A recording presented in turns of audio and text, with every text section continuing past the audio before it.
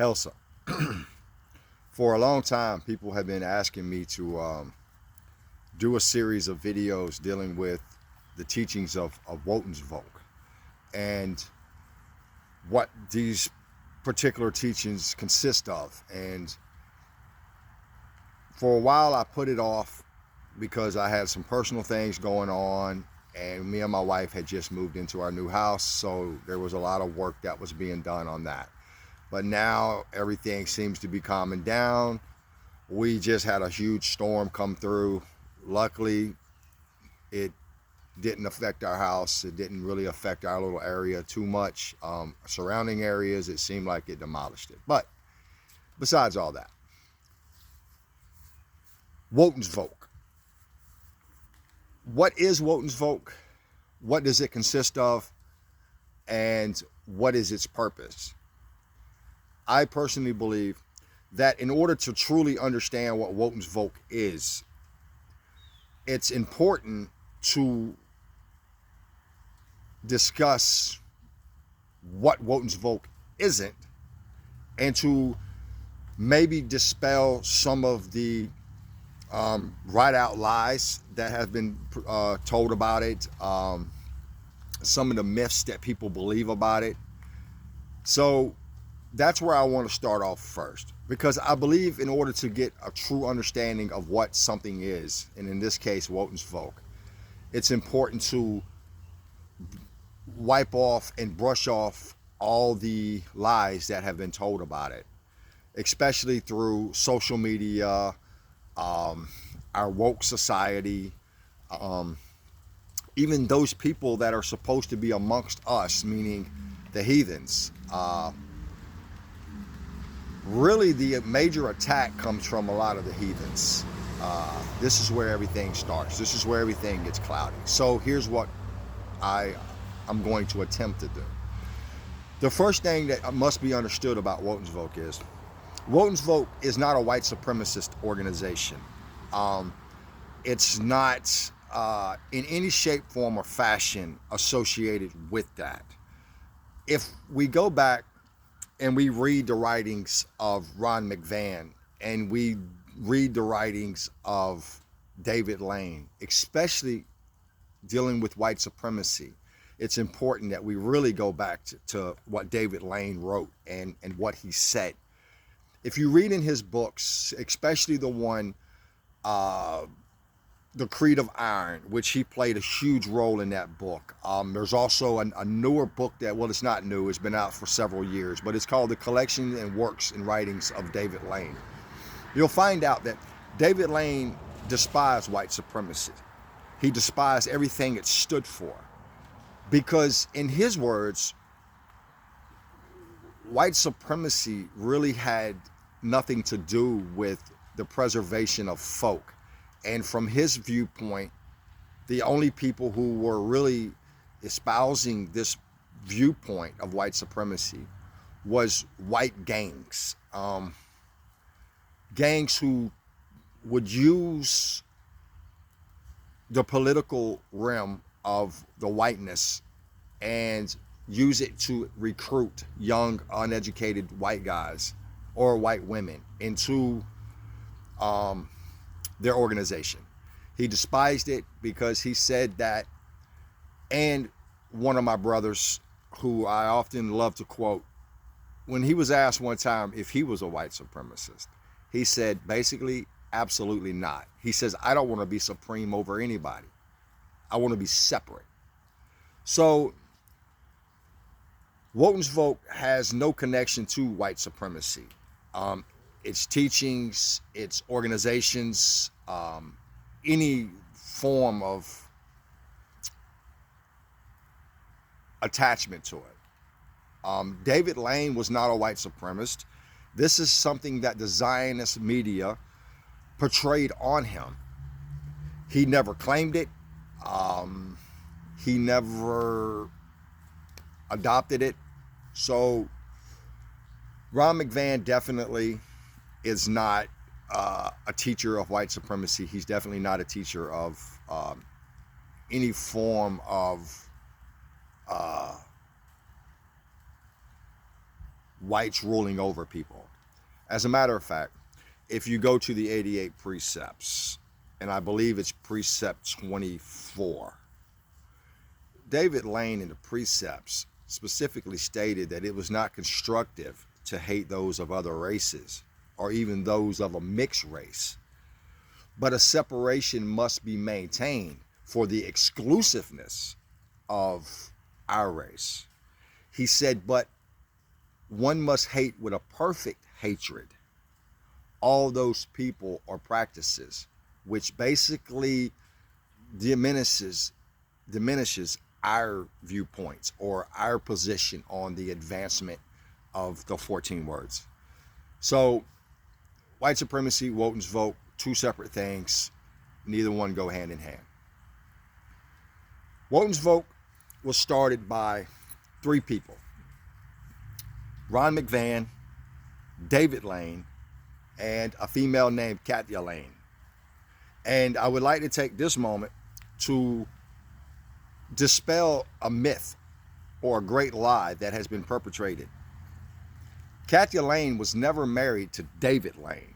There is not one shred of legal document that states that David Lane and Katia Lane were a couple.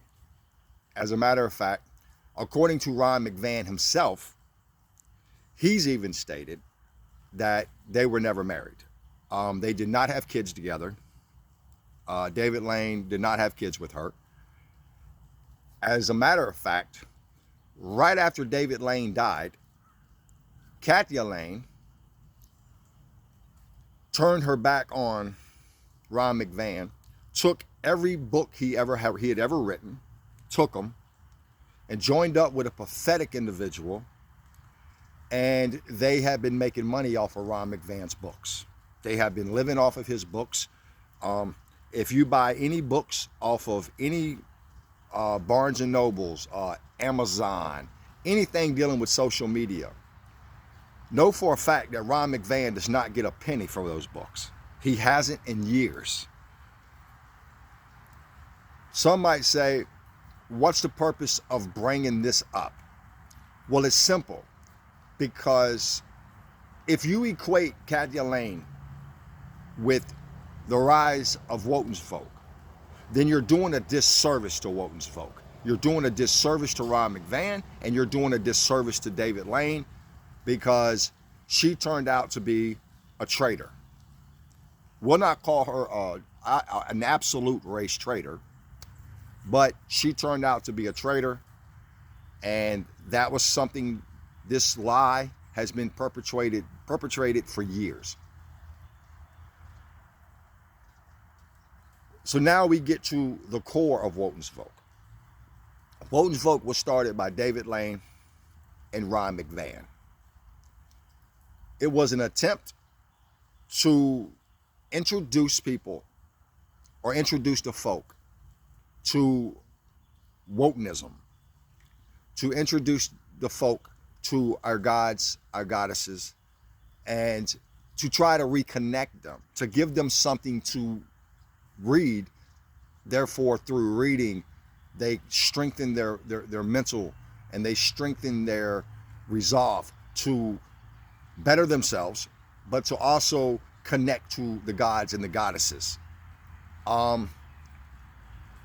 Also, the uniqueness about Wotan's folk was when it originally came out, you had other groups, Odinist groups, Asatru groups, who were doing their part in awakening the folk.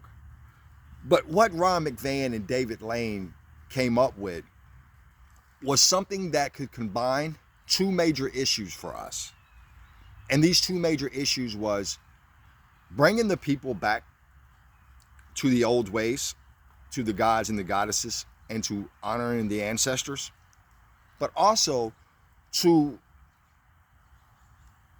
awakening the people to the political setting that was taking place around them, because they understood that through awakening the white man and the white woman to what was going on as far as their race was concerned, that they would become more conscious of what it was they were doing, and they would have the tools of the gods and the goddesses and the ancestrals to build upon. So David Lane came up with what would be known as the 14 words, which in Wotan's Voc, the 14 words is the foundation of Wotan's Voc. Wotan's Voc is built upon these 14 words. And once again, I will take this time out to dispel some lies that have been told about the 14 words. The original 14 words of David Lane, you can go to any of his writings, any of Ron McVan's writings, and you will hear these 14 words. We must secure the existence of our people and a future for white children. And then there was a second part that was added to this, which some even say might have been the first 14. But the second was, because the beauty of the white Aryan woman must not perish from the earth. These two are the original 14 words of Ron McVan, David Lane, which became the foundation of Wotan's Voc. There is another set of 14 words that was changed, and it is these 14 words. We must secure the existence of our race and a future for white children. David Lane or Ron McVan never quoted these 14 words. Actually, these 14 words were created by another organization who created the new 14 words because they didn't want themselves aligned with David Lane and Ron McVan. They didn't want to be aligned with heathens or pagans. So they recreated it to fit their purpose. For all those who really want to follow the 14 words, I would suggest you learn the correct 14 words. But back to the original. When David Lane quoted the 14 words, these 14 words were created as a battle cry. It was created as a wake-up call to every white man or every white woman who would read the 14 words. It was meant to instill within the individual that our struggle is somewhat more bigger than the establishment of the gods and the goddesses. It was meant to show that if we don't wake up, these are the conditions and these are the things that are going to happen.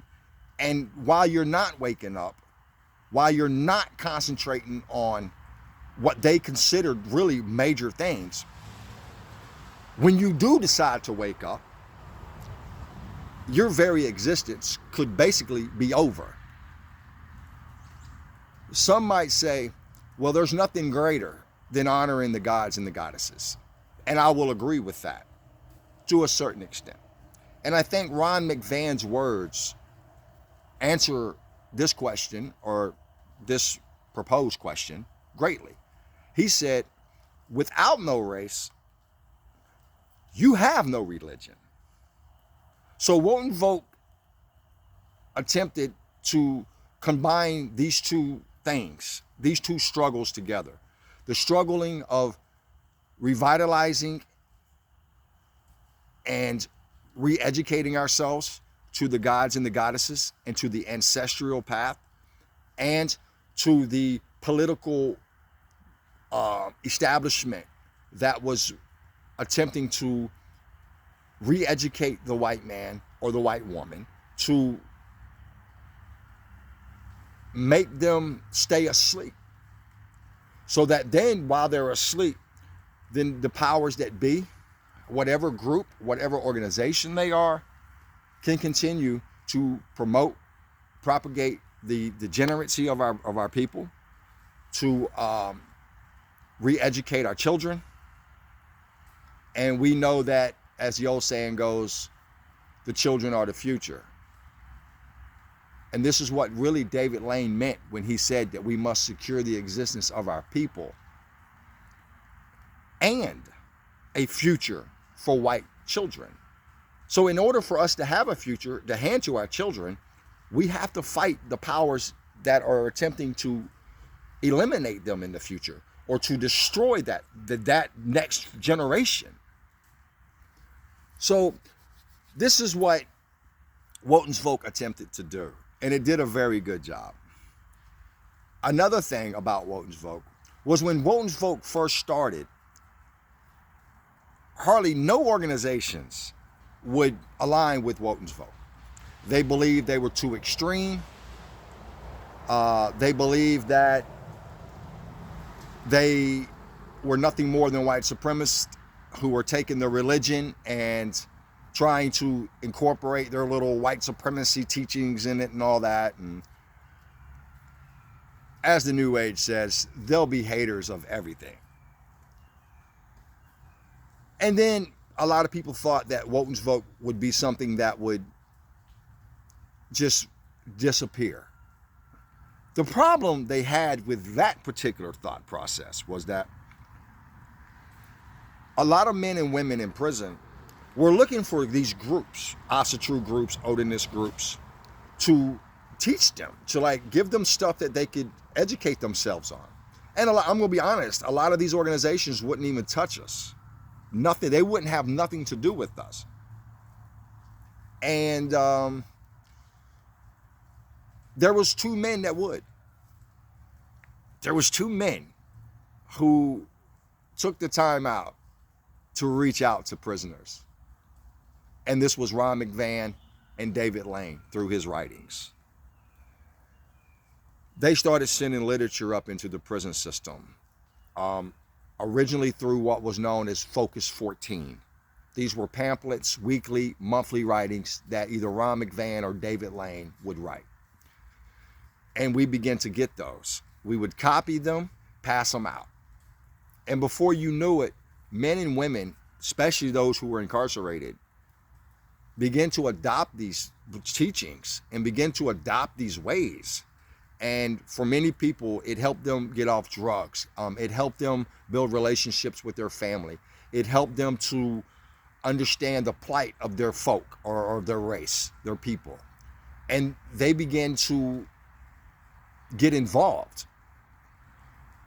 And before you knew it, you could hardly go through any prison and not find Wotan's Volk teachings in it. And people who were hailing Ron McVan, hailing David Lane. Next thing you know, the 14's being quoted everywhere. The 88 precepts have began to get taught. And the 14 codes of Aryan ethics of Wotan's Volk began to get taught. And before you knew it, these same men and women that these other organizations would not help unless you ordered from their catalog. And trust me, they were making an arm and a leg off the inmate population. They would in turn, these same people that nobody wanted to help, these same people began to come out of prison. And they began to educate people. They began to establish Wotan's Volk kindreds. And now here we are, maybe 30, 40 years later, whatever the time frame is from when it began up until now, Wotan's Volk's everywhere. And what's even more funnier about all this is, and it's good, I mean, you know, I could be a hateful person and say, we don't care about these other groups and all that. But what's good now is that a lot of these same so-called people who have risen to leadership position now are now embracing the members of Wotan's Volk. It took time. It took a lot of effort, but it's slowly being done. Now I see people who at their beginning wouldn't quote the 14 words for nothing in the world. As a matter of fact, they went and created their own words just because they didn't want to be associated with the 14 words. But they're now quoting the 14 words. And that goes to show the power that Wotan's Volk had and still continues to have. That we now have people of different organizations and different kindreds and whatever they call themselves, who are now acknowledging the fact that Wotansvolk is here to stay and that we do have a lot of good viewpoints that they can maybe take from. So we now come to a part that I think is really detrimental to our way of life, is the 14 words in the 88 precepts. You have a lot of people, gang members, who tattoo the 14 words on themselves. They tattoo the 88 precepts. They even say that a person has to earn their 14. They have to put some work in. They have to earn their 88. And this has really been more of a smear campaign to Wotansvolk and to the legacy of David Lane than anything. Because David Lane was totally against gangs. As a matter of fact, if you read the 88 precepts, David Lane specifically talks about groups that join together to that become detrimental to our own race. And then there's this myth of the skinheads founded the 14 words in the 88 precepts. This is false. This is a complete lie. Because there were skinheads ever before there was the 14 words. But what had happened was a lot of these skinhead groups fell in line with the 14 words and adopted the 14 words and adopted the 88 precepts because they understood that this was in line with what they were trying to teach. Except now there was a bigger format for it. There was more teachings for it. So a lot of the older skinheads adopted the 14 words and the 88 precepts, and they fell in line with them. And a lot of these people are not wokenists at all. They're not heathens or pagans. Because what a lot of people didn't realize was that the 14 words was not necessarily a battle cry for the heathens, but it was a battle cry for everybody. Because I see a lot of members, like even within Wotansvolk, that they attack all these other religions. But what they do not understand is that 9 men got together and formed what would be called the Bruder Swagen, or the Order. And out of these men were heathens, Christian identity, non-religious, and these men were able to put their religious differences to the side and come together to fight for one common goal. And even though the 14 words were not established at that time, the concept and the value of that 14 was still there. They united in order to fight a bigger battle.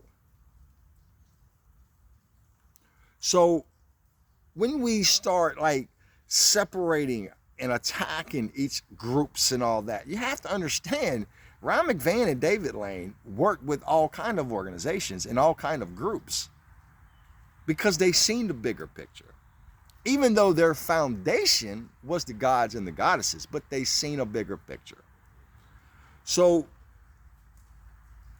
if a person is claiming to be a gang member and they have the 14 words, the 88 precepts tattooed on them, and they're, dealing with drugs, they're dealing with prostitution of women, they're dealing with extorting people of our own race, even those that are in prison that are doing it, just know for a fact that these people have nothing to do with Wotansvolk or the 14 words or the 88 precepts.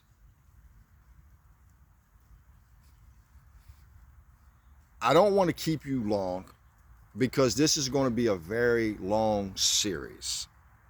I just wanted to dispel first a lot of the myth that is out there, a lot of the lies that are out there about Wotansvolk about Ron McVan, about David Lane, and the members of the order who are still locked up and still fighting. The next video I'll probably do, which will be soon, I want to deal with the ancestors, because there's this huge misunderstanding in Wotan's vote that the only ancestors that we deal with are the ancestors who belong to the Norse, or only those ancestors who are quote unquote Viking, follow the Nordic gods.